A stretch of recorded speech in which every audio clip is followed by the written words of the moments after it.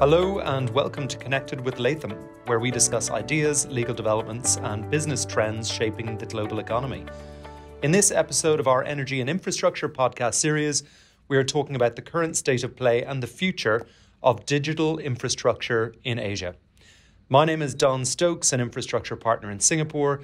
Today I'm joined by M&A partner James Clayton-Payne and technology and regulatory partner Kieran Donovan. Thanks, Don. It's great to be involved. Thanks, Don. Very glad to be here. There's a lot of discussion about the opportunities for investors and other market participants in Asia's digital infrastructure space. With good reason. The fundamentals driving growth are staggering. Half of the world's population resides in Asia Pacific, and soon enough 50% of the world's GDP will be in this region. Within 2 years, Asia will have 3 billion mobile subscribers. Think about that. James, how did we get to this point? What's your take on Asia's recent growth and current digital infrastructure market? Thank you, Don. Looking on a macro scale, reliable digital infrastructure has become just a basic component of all economies globally. But this is arguably of even greater importance in growth economies. These days, it is as important as power and water supply in facilitating the economic development of low-income countries that are evolving into middle-income countries. So governments in Asia and other market participants recognize that digital infrastructure is going to be absolutely fundamental to their economic development in the coming decades. And yet this is particularly true of countries like Singapore, Indonesia, Vietnam, India, who are already on course to be and have aspirations to be serious players in the global tech industry. At the moment, it's a relatively lightly regulated industry, so it has low barriers of entry when compared with, for example, sectors like financial services or energy transmission. But at the same time, it offers investors who have deep pockets, long-term stable revenue and cash flows, and with, in most cases, really strong returns potentials. So this makes it particularly attractive to PE players, and even more so during times of market turmoil. Over the past few years, we've seen just an explosion in data center and towers transactions, where first movers and Asian national champions have sought to free up their balance sheets by carving out or selling or bringing financial partners into these portfolios. So foreign investors, often see digital infrastructure as a great way to gain exposure to the Asian market. And that's particularly true of investors with a focus on the infrastructure sector. And it is a relatively easy route into the Asian market as compared to other infrastructure deals. Not that long ago, even during the mid-2010s, towers and data center deals were considered to be real estate opportunities. But now they firmly sit within what we call the core plus infrastructure sector, alongside fiber optic networks, education, hospitals, stadiums, etc. Now, one of the interesting byproducts of this is that these assets can and do sit neatly in a pure play PE portfolio, but equally they sit very neatly in an infrastructure fund portfolio. And, we've seen both of those funds, pure play PEs and infrastructure funds, kind of competing over which of the funds gets to take these DC and towers deals. It sounds like an ever-evolving sector, James. What sort of deal structures and investors are we seeing? There's no real single structure or deal type. As always, each Asian market is different, but we are definitely seeing some common themes. Firstly, we're seeing entrepreneurial developers, founders, and domestic players who have a background developing DCs with an understanding of the local marketplace, the local regulatory landscape, and a proven capability to execute on DC builds, being backed by sophisticated international investors such as PE firms, sovereign wealth funds, etc. These are usually being structured as what we would call kind of classic management platforms, where the sponsor provides the capital and the founders provide their knowledge and expertise in return for an equity stake and some form of earn-out agreement. These are typically Pan-Asian, but with a particular focus on one or two key markets. And the general trend we are seeing is that our PE clients are very, very long on these structures. There aren't, as compared to other M&A transactions in the region that involve digital infrastructure assets, there aren't very toppy valuations and there aren't competitive auction processes to navigate. On the flip side, of course, it means that the sponsors are arguably taking more day one risk on these types of deals. But, this is typically managed through gradual capital deployment. Secondly, specifically in the tower space, what we are seeing is kind of MNOs and the telco passive infrastructure specialists who have developed and built these site portfolios over the past decade or two. They are hiving off these assets with a view to monetize them and move them off their balance sheet.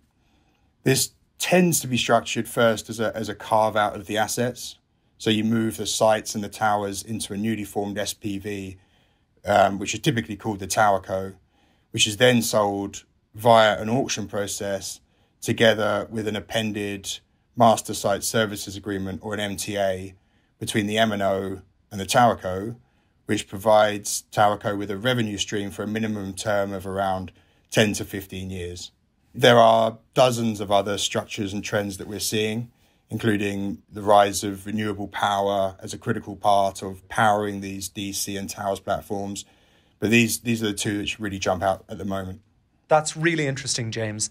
For many years, our clients who have invested in infrastructure of all types in North America, Europe and Middle East have been looking for opportunities to get exposure to the vast potential of Asian infrastructure, but they've struggled, in part due to country risk remaining difficult to mitigate, in particular ABC issues, local currency exchange rate volatility and regulatory risk, but also because the largest and most attractive infrastructure assets in the region, such as hydrocarbon transportation and energy transmission, remain in state-owned hands.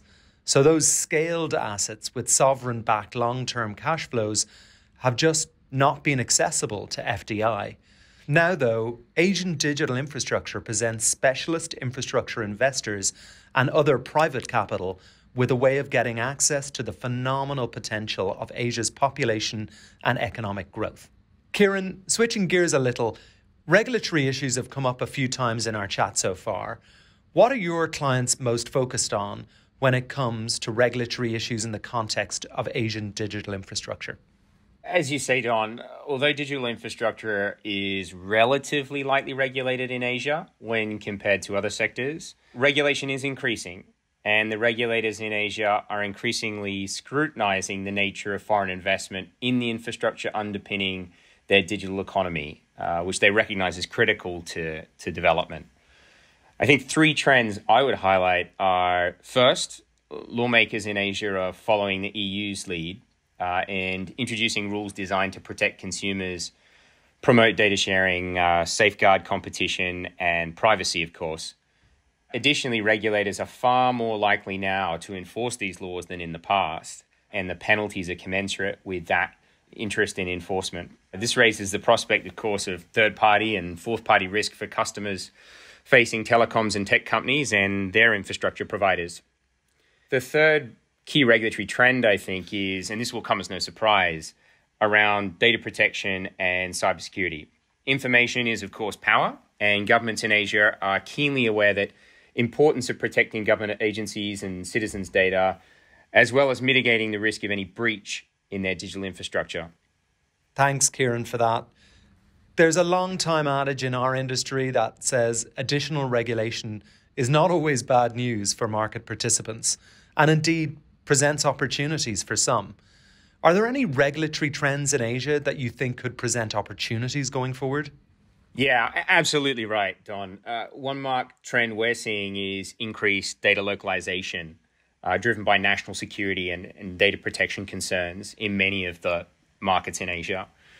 These types of laws fall into two categories generally. One are direct, so these are laws that are specifically requiring that certain data be stored in a local server. And then there are indirect laws. And this is where the law doesn't specifically require that data be stored locally, but the effect of other restrictions effectively means that in practice, a company likely needs to store the data locally.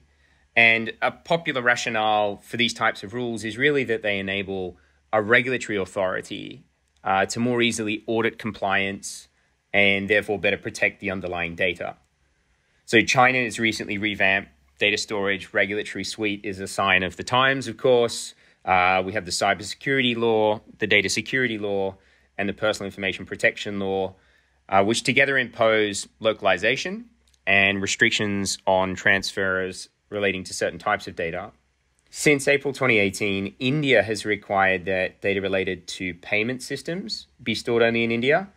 There was some talk over the last few years about expanding this localization requirement so that it would capture all personal data. And they would have done this by way of a personal data protection bill that they were considering. That's no longer part of the conversation, but the localization discussion is continuing. So watch this space. We expect to see something in the near future that may address not only personal data, but also non-personal data and the requirement to store those types of data locally. Vietnam has enacted a cybersecurity law, which requires foreign enterprises that provide certain telecommunications, internet, or other value-added services that process personal data to store that data in Vietnam and to set up a branch or representative office in the country. Now, historically, this hasn't been enforced unless a company receives a specific notice telling them that they need to store data onshore. But in August, the cybersecurity decree was passed in Vietnam, and this means that all businesses processing personal data of persons in Vietnam will need to store data locally. And that decree comes into effect on the 1st of October, and then the localization requirement will kick in within 12 months of that date. Data center operators are not responsible for compliance with these regulations, of course. It would be unreasonable for them to be expected to track and monitor what data is being stored in their data center and where it's being transferred. But really, these regulations lead to significant data users, in particular in the e-commerce and the TMT space generally, needing more onshore capacity in these markets in order to comply with all of these requirements. So it presents opportunities for, shall we say, braver investors who are willing to invest in these pioneer markets and will require massive new capacity to do so. Braver or more innovative, Kieran? We'll let the market decide. James, you've given us an overview of the current state of play in the DC and tower space in Asia. What do you think the next 3 to 5 years will look like in this market? Yeah, I mean, so there's so many factors influencing how the digital infrastructure market will develop. And, Kieran has already outlined the regulatory factors, which are, of course, significant drivers and have the potential to really fundamentally change the investment landscape in the next few years. Arguably, and this is a sentiment that's being echoed by many of the financial advisors that we're speaking to, arguably we've reached the top of the market in terms of valuations.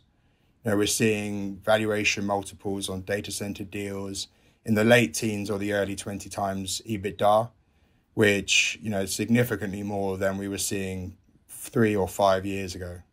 However, my personal view is that we won't see a slowdown in the medium term. In fact, we are currently working on over a dozen towers and DC deals in Southeast Asia at the moment alone, and we aren't seeing that slowing down at all. The fundamentals that we talked about at the start of this podcast, the population and economic growth, and the dependence of Asian economies on digital and related infrastructure to realize their potential, still give me enormous faith that this sector will and can advance further and expand further. So I think, there's a few things that I think will drive deal flow. Number one, we strongly expect to see a consolidation in the market with some private capital-backed platforms acquiring some local players to create larger regional platforms. And those will eventually look to list on what we expect to be regional exchanges. Number two, we are seeing the adoption of technological advancements with the use of, for example, smart poles and small cells. And we are seeing those replacing the much larger CapEx-heavy towers deals, which have been prevalent in the market in the past few years. Thirdly, we expect the rollout of regional fiber optic network M&A deals, which have been incredibly active in other markets in which we work, especially in Europe and in the US. We're expecting those fiber M&A deals to come to Asia, and we're expecting them to be highly active in the next 3 to 5 years. And number 4, and we alluded to this earlier, but the other trend we're expecting to see a big uptick in is the digital infrastructure providers kind of catering to their customers' net zero requirements in terms of renewable energy.